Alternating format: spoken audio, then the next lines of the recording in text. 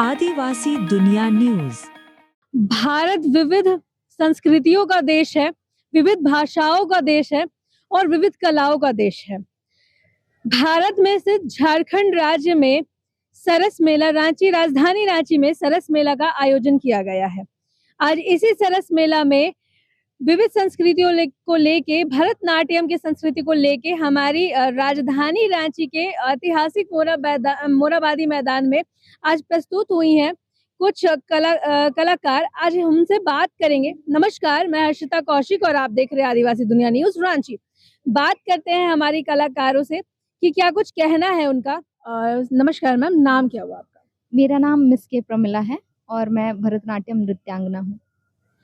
तो इस आज बहुत ही खास भरतनाट्यम अपने अभी मोरहाबादी मैदान के ऐतिहासिक जगह पे आपने अभी प्रस्तुत किया, तो आपको सबसे पहले महसूस कैसा हो रहा है?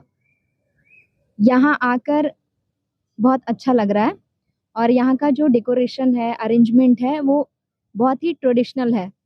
तो ट्रेडिशनल क्योंकि हमारा डांस भी ट्रेडिशनल है, भरतनाट्यम, तो बहुत अच्छा कॉम्बिनेशन लगा मेरे को यहाँ पे आने के बाद। और ऑडियंस भी बड़े अच्छे से एंजॉय किए, आनंदित होकर हमारा परफॉर्मेंस देखे हैं, तो अच्छा लगा यहाँ आकर। आप प्रॉपरली भरतनाट्यम करती हैं? जी, मैं भरतनाट्यम करती हूँ और भरतनाट्यम में भी 5 स्टाइल है। उसमें से मेरा जो स्टाइल है वो कलाक्षेत्र स्टाइल है और कलाक्षेत्र की स्थापना चेन्नई में हुई है। कितने सालों से आप कर रही हैं? मेरा इस फील्ड में यानी कि भरतनाट्यम नृत्य में सीखने का जो टाइमिंग है वो 11 से 12-13 साल। मैं कंटिन्यू इसी फील्ड में लगी हुई हूँ। चलिए आपसे जुड़ते हैं। बात करना चाहेंगे, क्या नाम हुआ आपका? आहाना। आहाना जी, तो क्या ऐसा क्यों आपने, क्योंकि जहाँ तक पता चला है कि आप प्रॉपर रांची की हैं। जी। तो प्रॉपर रांची से होने के बाद भरतनाट्यम को चुनना, कहते हैं कि भाषा का एक जो है, भाषा बीच में बैरियर बन सकता है, तो आपके बीच में भी कभी भाषा ऐसा आया कि आपको समझ में नहीं आया, उसके बाद भरतनाट्यम चुनना क्यों? भाषा तो है, परंतु जब मैंने पहली बार देखा भरतनाट्यम डांस, तो मुझे इतना पसंद आया और मैंने ठान लिया कि मैं एक बार तो सीखूंगी। क्या खास लगा? सबसे खास चीज आपको क्या लगी भरतनाट्यम? अभिनय और मतलब फेशियल एक्सप्रेशन और इसके मूवमेंट बहुत ग्रेसफुली किए जाते हैं, तो मुझे बहुत पसंद है। मैं आपसे जानना चाहूंगी, क्या नाम हुआ आपका? जी, मेरा नाम नेहा है। तो नेहा जी, सबसे खास चीजें जो आपको भरतनाट्यम में आने के लिए प्रोत्साहित की, वो क्या थी? सबसे पहले तो आप जो ड्रेस और मेकअप ये देख सकते हैं, ये काफ़ी ज़्यादा अट्रैक्टिव दिखती हैं, काफ़ी खूबसूरत और ग्रेसफुल दिखते हैं। और उसके बाद जब इसमें हम डांस करने के लिए जाते हैं तो इसके जो स्टेप्स हैं वो इतना ज़्यादा खूबसूरत लगते हैं, मतलब स्पिरिचुअली अगर आपको कनेक्ट करना हो, और इसके जितने भी डांस हैं, मैक्सिमम जो आइटम्स होते हैं वो सारे भगवान के ऊपर ही होते हैं, तो वो देख करके इतना खूबसूरत लगता है, वो कितना ग्रेसफुल होता है कि वो देख करके मन करता है कि काश हम इससे पहले लगता था कि काश हम भी ऐसा कर सकते थे, इसलिए इधर जुड़े थे। अब कैसा लग रहा है? अब आप परफॉर्म कर रही हैं, लोग तारीफ कर रहे हैं, और अब कैसा लग रहा है? अच्छा लग रहा है। अभी तो खैर अभी तो मैं बहुत कम हूँ, मतलब अब मुझे और सीखना है। अभी तो जस्ट मैंने स्टार्ट ही किया है और ये मेरा 1-2 परफॉर्मेंस ही रहा है, ज़्यादा मैंने किया नहीं है, बट अभी तक जितना भी किया उसमें एक्सपीरियंस बहुत अच्छा रहा, बहुत कुछ सीखने को मिला। स्टेज एक मिलना है बहुत बड़ी बात होती है और मज़ा आ रहा है थोड़ा-सा। अभी तो बहुत लंबा और सीखना भी है और भी और आगे करना भी है। चलिए, कह सकते हैं कि ये डांस बहुत अच्छा था, लेकिन इसका जो शुरुआत हुआ होगा, ये आसान रहा या इसके लिए मशक्कत करना पड़ा? नहीं, बहुत डिफ़िकल्ट डांस फॉर्म है। ये बहुत ज़्यादा, मतलब कि one of the toughest dance form में एक भरतनाट्यम भी आता है। और इसमें क्या होता है कि आपका जो बॉडी मूवमेंट होता है, मतलब बैठना, खड़े होना और जितने भी स्टेप्स होते हैं, वो इतने डिफ़िकल्ट होते हैं कि उसके लिए पहले आपको आपको बॉडी और आपके पोस्चर को पहले ठीक करना होता है। उसके बाद ही आप इसके स्टेप्स को बहुत अच्छे से कर सकते हो। ये काफ़ी टेक्निकल है। देख कर के लगता है कि हाँ, सिर्फ़ स्टेप्स करके ये लोग चले गए हैं, बट वो करने से पहले हम लोग इतना मेहनत करते हैं। इवन हम लोग जो रेडी भी हुए 3-4 घंटे लगते हैं सिर्फ हमें रेडी होने में। एक प्रोग्राम को तैयार करने में आपको कितने दिन लग जाते होंगे? एक प्रोग्राम को वो आपके रिहर्सल पे डिपेंड करता है, आप कितने सालों से प्रैक्टिस पे हैं, आपका बॉडी कितना ग्रेसफुल हो चुका है, जैसे कितने साल में आप अपने आप को तैयार कर लेते हैं। करने वाले लोग तो 2 साल 5 साल में भी करते हैं, लेकिन वही है कि आप कितना ज़्यादा प्रैक्टिस करते हो, प्रैक्टिस सबसे ज़्यादा इम्पोर्टेंट है। और आपके बॉडी कितना ज़्यादा स्टेप्स को ग्रेसफुली कर सकता है, वो सबसे ज़्यादा इम्पोर्टेंट है। और अगर आप ग्रेसफुली डांस कर सकते हैं तो फिर आपको बहुत ज़्यादा टाइम नहीं लगेगा, लेकिन वही है कि सीखना और बॉडी को तैयार करना उसमें ज़्यादा टाइम लग जाता है। जी, बहुत-बहुत धन्यवाद। मैं वापस जुड़ूँगी आपसे कि बहुत सारी चीज़ें हैं कि अभी भी जो है इंडियन कल्चर है, कह सकते हैं कि उसमें एकेडमिक्स की वैल्यू जो है, वो इन चीज़ों से आर्ट कल्चर से अभी भी ज़्यादा है। पहले जो इंडियन पेरेंट्स होते थे उनका कहना था कि एकेडमिक्स ही मतलब पढ़ाई-लिखाई आज भी यही है, बच्चों को डॉक्टर, इंजीनियर ही बनाना चाहते हैं बेसिकली। कोई नहीं चाहेगा स्टार्टिंग से जब तक बच्चा ना चाहे तब तक कोई नहीं चाहता कि तुम डांसर बनो। तो उस वाले कल्चर से निकल के इस जगह पे आना, इस मंच पर आना, क्या स्ट्रगल रहा? अ, मेरे साथ भी ये प्रॉब्लम हुआ क्योंकि मेरा भी जो बैकग्राउंड है बस वही है नॉर्मल विचारधारा की नहीं आप अगर पढ़ाई कर रहे हैं तो कुछ नौकरी करो, है ना? बट मेरा ये था कि मेरी हॉबी थी बचपन से डांस में इंटरेस्ट था, तो मैं सोच ली और क्योंकि मैं लातेहार ज़िले से हूँ और लातेहार ज़िला तो आप जानते ही हैं कि थोड़ा-सा है ना? तो वहाँ से निकल के और दूसरे स्टेट में जाके सीखना, ख़ास करके डांस, तो मेरे लिए तो ये एक सपने जैसा है और इसमें बहुत सारी प्रॉब्लम्स मेरे को आई क्योंकि हमारे यहाँ बिल्कुल भी क्लासिकल का माहौल नहीं था और अचानक से एकदम आप क्लासिकल सीखने के लिए चले गए, तो पहले तो मेरे को कुछ समझ ही में नहीं आता, ख़ास करके लैंग्वेज में भी बहुत प्रॉब्लम होता था। बट क्योंकि मेरे को करना था और घर से भी मैं निकली थी बाहर कि नहीं मेरे को करना है, तो मेरे पास तो कोई ऑप्शन नहीं था और दूसरी बात ये थी कि मेरी इच्छा थी डांस सीखने की, तो मैं कंटिन्यू लगी रही इसमें, नहीं भी बनता था फिर भी मैं प्रैक्टिस करती थी। घर वालों को मनाने के लिए कितना समय लगा? मनाने के लिए मेरी माँ क्या बोलते हैं घर में मेरी माँ मेरे को बहुत ज़्यादा सपोर्ट की, भाई-बहन भी और बाकी अभी भी नाराज़ हैं क्योंकि उनको पसंद नहीं है कि हाँ, लड़की हो और तुम डांस कर रही हो बट ये है कि अभी मेरा काम दिख रहा है, मैं कुछ कर रही हूँ, इस फ़ील्ड में हूँ तो एक पोस्ट पे आ गई हूँ। तो अब उनको लगता है कि चलो हाँ, डांस सीख रही है बट एक पोस्ट पे है और कुछ कर रही है ये। तो इसलिए अभी ठीक है, नॉर्मल है। अब उनको भी देख के समझ में आ रहा है कि नहीं सब्जेक्ट के अलावा भी आप आर्ट फ़ील्ड में भी कुछ कर सकते हो। चलिए, अभी के जो बच्चे हैं बहुत सारे बच्चे जैसे आपकी तरह ही सपने होते होंगे उनके कि वो एक कला के फ़ील्ड में, भरतनाट्यम के फ़ील्ड में या फिर कोई और भी डांस या फिर पेंटिंग या फिर अदर चीज़ें जो हैं, उसमें अच्छा बेहतर करना चाहते होंगे। लेकिन कह सकते हैं कि क्योंकि एकेडमिक्स आज भी इतना इंडियन पेरेंट्स पे भारी है कि वो आर्ट एंड कल्चर में भेजने से पहले तभी भेज सकते हैं जब आप एकेडमिक्स में कुछ अच्छा करके बैठे हो। या फिर आज भी जो है बिहारी कह सकते हैं या फिर झारखंड में ज़्यादातर होता है कि सरकारी नौकरी कह सकते हैं आपके पास है, तभी आप सरकारी नौकरी मस्ट है। तभी आप सक्सेसफुल हो। हाँ, हाँ। तो उस कल्चर से आने के बाद इसको सक्सेसफुल मानने तक का स्ट्रगल पे आपका कहना है उन बच्चों के लिए जो अभी भी कोशिश करना चाहते हैं उनके लिए?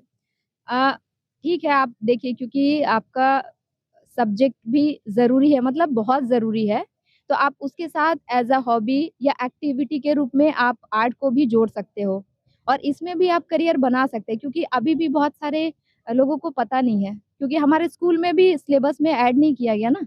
आप बाहर जाइए विदेशों में, वहाँ पे स्कूल टाइम से ही आर्ट को सब्जेक्ट के रूप में ऐड किया गया है और यहाँ पे आपको इंटर इंटर और ग्रेजुएशन के बाद ही मिलेगा। उससे पहले यानी स्कूल वाले टाइम टेबल में या सिलेबस में ऐड नहीं किया है।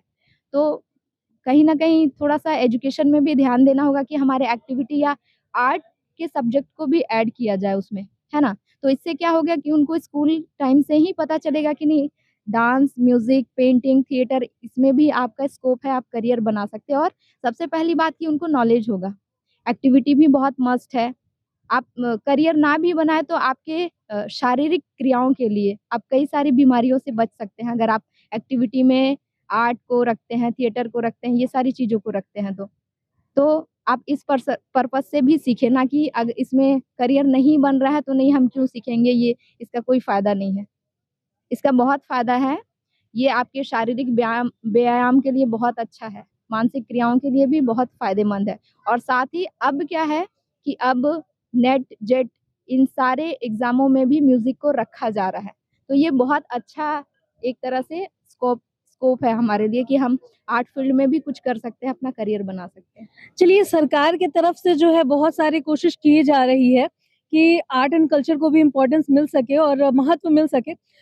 लेकिन इस बीच में क्या है ना कि आपके कॉस्ट्यूम्स बेहद अट्रैक्टिव हैं, लोग उससे अट्रैक्ट हो रहे हैं, छोटे-छोटे बच्चे तक आपके साथ फ़ोटोज़ क्लिक करवाने के लिए आ रहे हैं। लेकिन अभी भी लोगों में इस चीज़ को लेकर बहुत ज़्यादा ये नहीं है, ठीक है? तो उसके पीछे क्या कारण हो सकते हैं? मतलब एक धारणा बनी हुई है ना डांस को लेके, डांस या कला को लेके बोल सकते हैं। तो देखिए ये धारणा एकदम शुरू से नहीं था क्योंकि मैं इसमें सब्जेक्ट की हूँ, पूरा डिग्री मेरा मतलब डिग्री ही की हूँ मैं भरतनाट्यम में। तो हम लोग को जब बेसिक बताया गया तो हम लोग को बताया गया कि हमारे वेद, पुराण, रामायण, महाभारत में नृत्य संगीत को पूजा विधि के रूप में प्रस्तुत किया जाता था। तो तब तक तो मेंटालिटी अच्छी थी, फिर ये मेंटालिटी चेंज कैसे हुई? लोगों की धारणा चेंज कैसे हुई कि नृत्य खराब है या बेकार है? पहले ऐसा नहीं था, है ना? तो उस धारणा को थोड़ा समझना होगा, नृत्य बेकार नहीं है।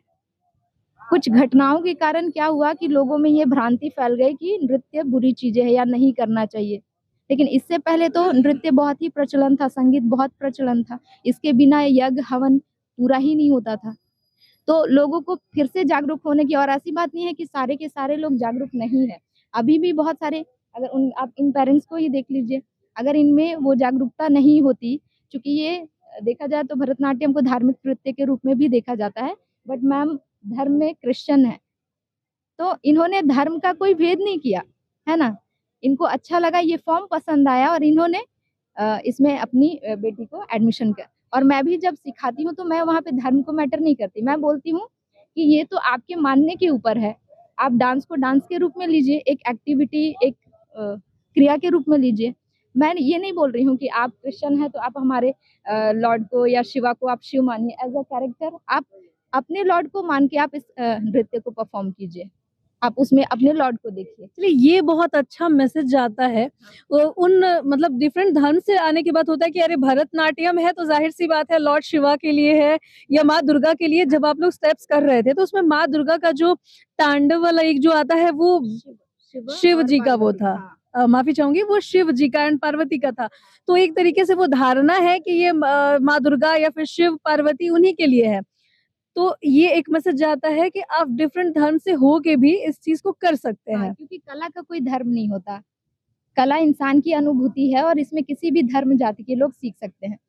इसके लिए हमारा शास्त्रीय नृत्य, शास्त्रीय संगीत का एक महाग्रंथ भी है। खास करके शास्त्रीय नृत्य भरतनाट्यम में नाट्य शास्त्र को फॉलो किया जाता है और नाट्य शास्त्र उतना ही महत्व रखता है जितना कि गीता, वेद, पुराण या महाभारत। उसमें साफ-साफ लिखा गया है कि नृत्य और संगीत के लिए कोई धर्म इम्पोर्टेंट नहीं है। इसे हर वर्ग के लोग, हर धर्म के लोग सीख सकते हैं।